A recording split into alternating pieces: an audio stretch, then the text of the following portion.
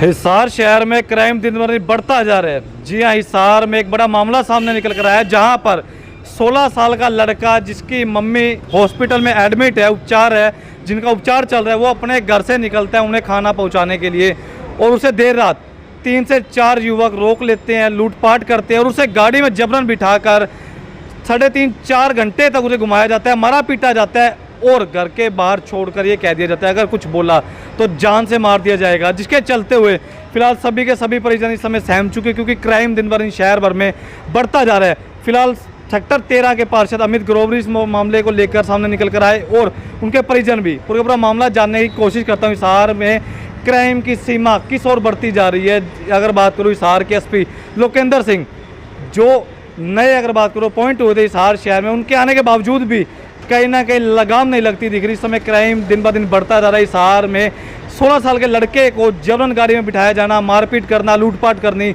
और जान से मारने की धमकी उसे तक और उसके घर वालों तक देनी खुलेआम, और सिविल लाइन थाना के एसएचओ पर आरोप लगते हो कि उनने दोषियों का साथ दिया। इस मामले में कितनी सच्चाई है, कितना तथ्य है और घर वालों की क्या है राय, जान लेते हैं। सर नमस्कार। जी नमस्कार सर आपका परिचय। मैं यशवीर मलिक सेक्टर 13 पार्ट 2 का निवासी हूँ।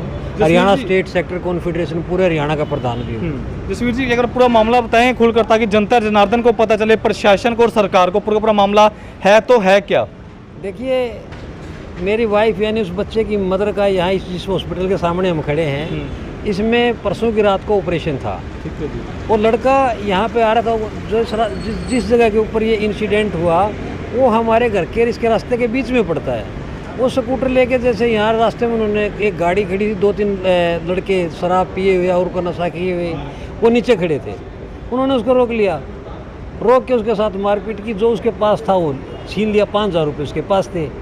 उसके बाद भी उसको नहीं बख्शा, उसको गाड़ी में उठाए हुए लेके और यहाँ से लेके एक डाबड़ा गाँव वहाँ खेतों में ले गए। उसके बाद उससे पूछते रहे कि भाई और क्या दे सकता है, और क्या दे सकता है, भाई घर वालों से अलग आप क्या दे सकते हो। घर वाले से अलग तो क्या मेरे पापा से ही लेके दे सकता हूँ, पापा को बताना नहीं है। उसके बाद उसने फिर लेके एमसी कॉलोनी में उसको, उसके बाद का घर से कुछ ला सकता, घर पे कुछ है ही नहीं। और 3 घंटे के बाद उसको ये नेम करवा के भाई मैं किसी को नहीं बताऊंगा, उसी जगह के ऊपर फिर छोड़। अगर बात करें हिसार शहर में क्राइम दिन ब दिन बढ़ता जा रहा है, मानते हैं वैसे आप? देखिए, हिसार शहर में अगर रक्षक ही भक्षक बन के बैठा हो तो क्राइम तो बढ़ेगा ही ना। इस इलाके का एसएचओ, इस इलाके का मैं हमारे सेक्टर 16-17 का मैं पहले प्रधान था, आज पूरे हरियाणा का प्रधान हूँ। उस प्रधान के बच्चे के साथ अगर एसएचओ सीधी मिली भगत दिखाए कि भाई मैं इसमें इन्वॉल्व हूँ, जो इन्होंने क्राइम किया, एक दिन तक तो उसने एफआईआर दर्ज नहीं की।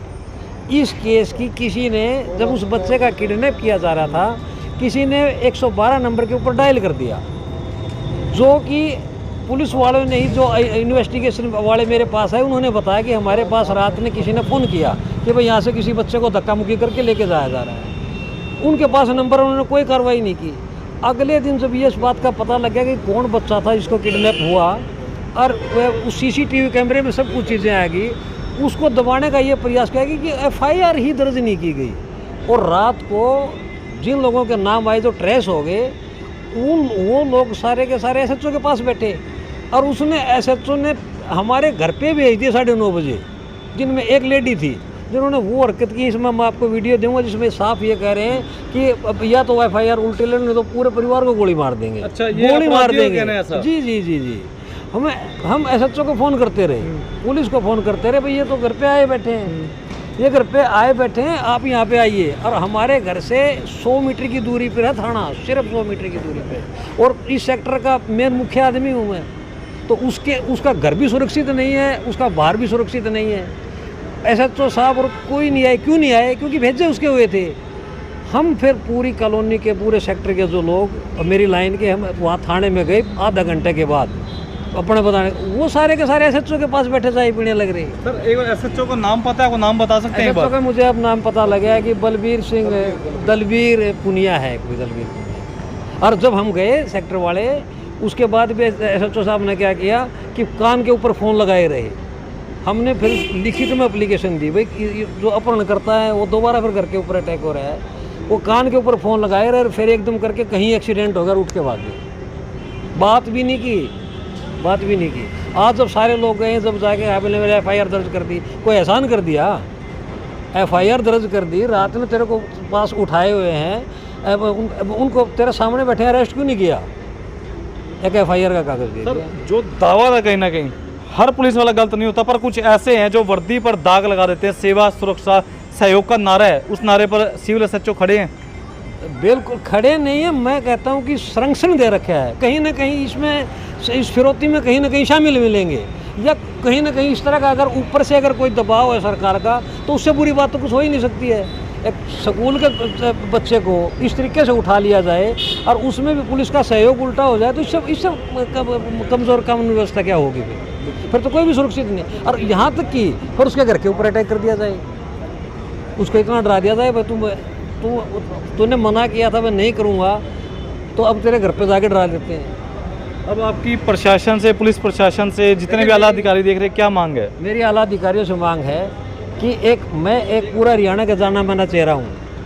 पूरा इन्हांसमेंट का आंदोलन आपने सुना होगा, 3 साल तक उसका संयोजक मैं हूँ। मैंने पूरा हरियाणा का आंदोलन लड़ा, सारे भाइयों के साथ लड़ा। उसके बच्चे के साथ पुलिस ऐसे कर रही है। मैं कह रहा हूँ कि भाई पुलिस की इंक्वायरी हो। आम व्यक्ति का क्या होता होगा? अब क्या होता हो? जिस मेरे साथ तो आज 150 लोग चले गए, और उसके बाद कुछ न कुछ हरकत में ये आप लोग भी आए हैं। आपकी वजह से मेरी बात आगे तक भी पहुंचेगी सरकार तक, लेकिन जिसकी आवाज़ यूँ क्यों दबा दी जाती है, उसका क्या होगा? अमित जी नमस्कार। नमस्कार। अमित जी, आप इस मामले को किस प्रकार से देख रहे हैं? एक लड़के को उठाना, मारपीट कर लूटपाट कर छोड़ जाना और सिविल SHO पर आरोप लगते हुए। देखिए, सरेआम गुंडागर्दी की गई है, और गुंडागर्दी के बाद सबसे बड़ी बात तो हैरानी वाली है कि पुलिस का जो रवैया है SHO का, वो बिल्कुल गलत है। उनको तो बल्कि ऐसे जो लोग हैं, जो गुंडे हैं, जो बच्चों के साथ, ऐसे बच्चों को ढूंढ करके उनके साथ गलत फ़ायदा उठाने का काम करते हैं, उन पर कार्रवाई करनी चाहिए। लेकिन कार्रवाई करने के बावजूद वो उन पर FIR दर्ज नहीं कर रहे, उनका साथ देना, तो ये सरासर नाइंसाफ़ी और सरासर गलती है। अमित जी, एक बात है, जिस समय आप लोग इकट्ठा होकर 100-150 की संख्या में, आप खुद भी थे, सर भी थे उस समय मौजूद, जब आप सिविल लाइन SHO के पास गए थे, तो बताया जा रहा है सूत्रों के वाले से खबर कि वो चल पड़े उठकर, ऐसा कुछ है या नहीं? देखिए, हम लोग आपस में बातचीत कर रहे थे, और उसके बाद वो बिना बात करे गाड़ी में चढ़ के अंदर आगे जाने की कोशिश कर रहे थे, तो हम लोगों ने उनका घेराव करके उनको रुकवा लिया कि आपका फ़र्ज़ ये बनता है कि आप लोगों की सुने। इतने लोग इकट्ठे हुए हैं तो आप पूछें बात क्या है और उसका हल निकालें। ऐसा नहीं है कि आप निकल रहे हैं वहाँ से। इसका मतलब ये साफ नज़र आता है कि आपका कहीं ना कहीं उनके साथ मिली भगत है। तो ऐसा नहीं होना चाहिए। आप जो पब्लिक आ रही है, जो आपकी ड्यूटी दी गई है, जो आपकी जिम्मेवारी है, उसको निभाने का काम करें आप लोग SP साहब से मिले, लोकेंद्र सिंह जी से, जो उन्होंने आश्वासन दिया, आप सहमत है वैसे उन आश्वासनों से? साहब से मिले, उन्होंने बात को सुना है, हमारे प्रधान जी की बात को अच्छे से सुना, और उन्होंने आश्वासन दिया है कि SP DSP की ड्यूटी लगाई है कि वो जांच करेंगे, और जांच में अगर SHO की भी गलती पाएगी तो उस पर भी कार्रवाई होगी। और मैं तो ये कहना चाह रहा हूँ, हमारे प्रधान जी हैं, ये पूरे ऑल ओवर हरियाणा के प्रधान हैं और एक जनप्रतिनिधि हैं, उनके साथ पुलिस अगर ऐसा रवैया अपनाएगी तो आम पब्लिक का क्या होगा? तो इस तरह की चीज़ें बर्दाश्त नहीं की जाएंगी। उसके लिए पूरा सेक्टर क्या, पूरा हिसार भी एक होना है। अगर हमें इकट्ठा भी होना पड़ा तो पूरे शहर को भी इकट्ठा होने का काम करना है। अमित जी, एक अंतिम सवाल बस। अब मान लीजिए प्रशासन देख रहा है, जनता देख रही है, सरकार देख रही है, कोई आप मैसेज देना चाहते हैं कि क्या अब अपराधियों की किस प्रकार धरपकड़ की जाए? देखिए, इस तरह की घटनाएं होने के बाद, अभी तो बच्चे के साथ मारपीट आई हुई है, कल को और भी घटना हो सकती थी। ऐसे लोगों की, संदिग्ध लोगों की पूछताछ होनी चाहिए, रात को गश्त लगनी चाहिए। रात को 11:30 बजे जब कोई नहीं देखा उनको, बच्चे को रास्ते में रोक करके आप गाड़ी में डाल के लेके जा रहे हैं, तो इस तरह के लोगों को पुलिस को पहले ही अरेस्ट करना चाहिए, पहले उनसे पूछताछ करके उनके ऊपर कार्रवाई होनी चाहिए, ताकि ये घटनाएं ना हो। गोली मारने की धमकी भी दी गई है। मैं इसका एक बात और करना चाहूँगा। 112 नंबर डायल जो शुरू की है, बहुत अच्छी सेवा शुरू की है।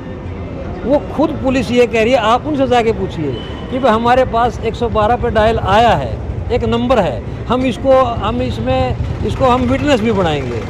112 आया, उसके बाद उन्होंने क्या किया? वो कह रहे कि हम घटनास्थल पे पहुँचे, उसके बाद आपने क्या किया? वहाँ जाके उससे क्यों नहीं पूछा था? उसके बाद कोई बीटी करके कोई वो लगाया हो वहाँ पे, भाई यहाँ से गए तो कुछ तो किया होगा, कुछ नहीं किया। उसके 112 का क्या फ़ायदा हुआ? तो फिलहाल पूरा मामला सुन चुकी है। रक्षा की जब भक्षक बन जाए, आरोप लगते उस समय SHO के ऊपर, सिविल लाइन थाना के ऊपर, सो आपकी क्या राय है? कमेंट अपनी राय रखना ना भूले, और शहर भर में क्राइम की किस और गति बढ़ती हुई, क्या आपका मानना है? कमेंट सेक्शन में कमेंट करके जरूर बताएं। और 16 साल के लड़के को रात के समय में उठाकर मारपीट कर और यह धमकी देकर छोड़ दिया गया कि अगर कुछ बोला तो जान से मार देंगे। सो फिलहाल सेक्टर वासी इकट्ठा होकर गए थे, तब कुछ हो सकता है FIR हो इनकी, और FIR हुई है। अन्यथा एक आम व्यक्ति, एक गरीब व्यक्ति जाता तो क्या पता, हो सकता था ऐसा भी कि धक्के मारकर उसे बाहर निकलवा दिया जाता किसी भी कर्मचारी की तरफ से।